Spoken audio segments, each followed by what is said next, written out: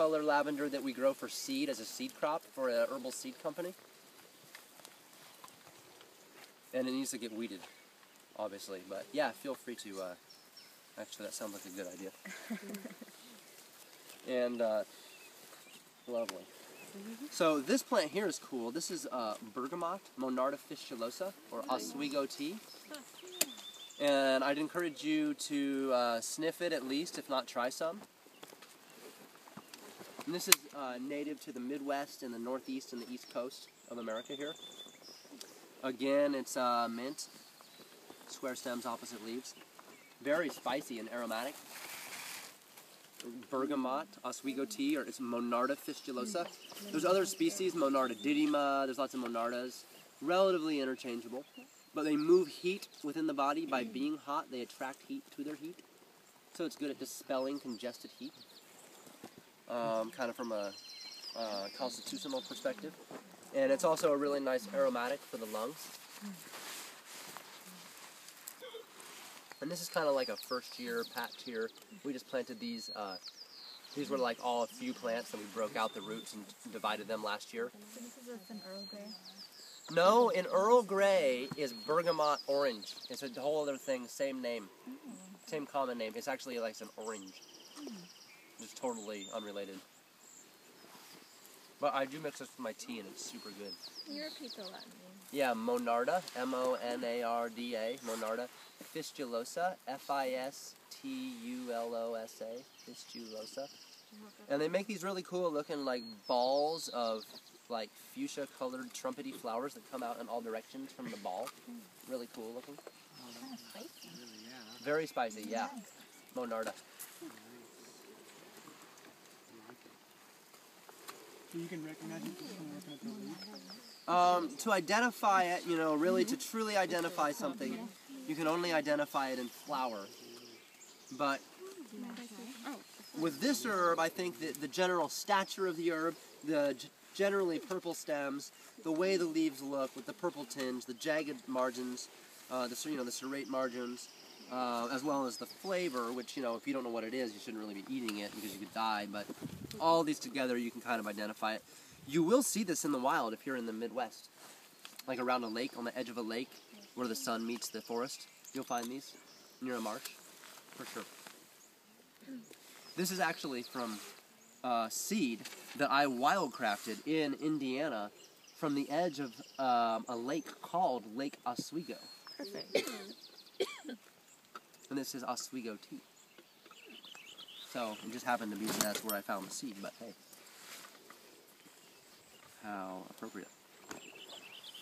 While we're here, I'll give a brief mention to a couple of cool weeds we have. So here is Oxide daisy. This is something you might not have heard of yet. Chrysanthemum leucanthemum. And you can try one if you want. You use the whole flower. And the flower of Oxide daisy, we use it in our OSHA sting spray, an external spray for stings and bites. It's pretty much the main thing, but it's also really good internally for allergies and over-inflammation.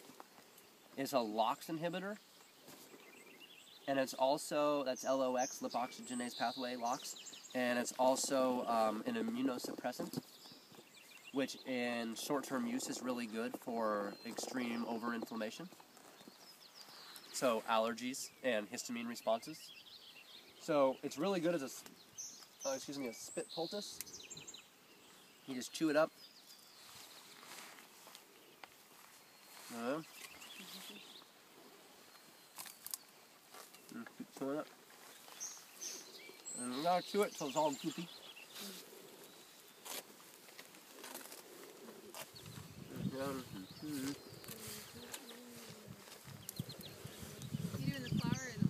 I'm doing the flower. Yeah, it's the flower that you want.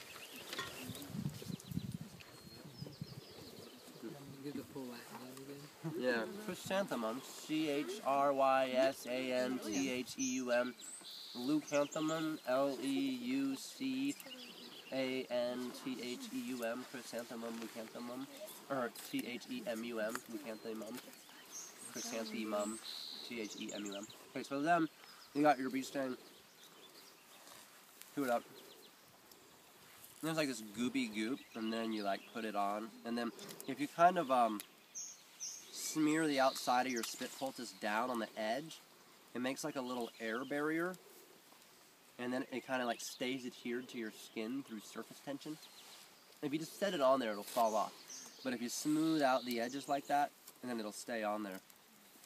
I like to make a little pile right over the middle, and then it kind of seeps in. And these usually will stay on for like, I mean, if you just hold your hand, it'll stay on forever.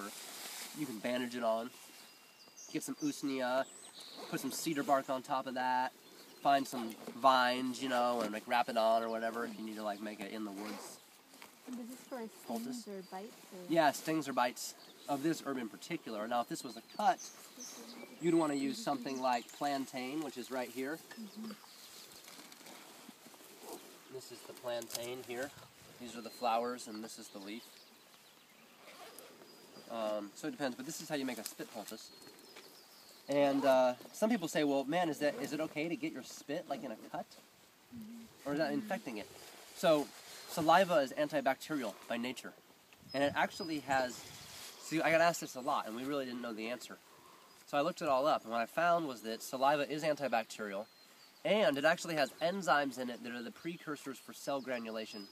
And that by putting it in there, not only does it make it antibacterial, but it also helps with cell proliferation to close off and heal the wound.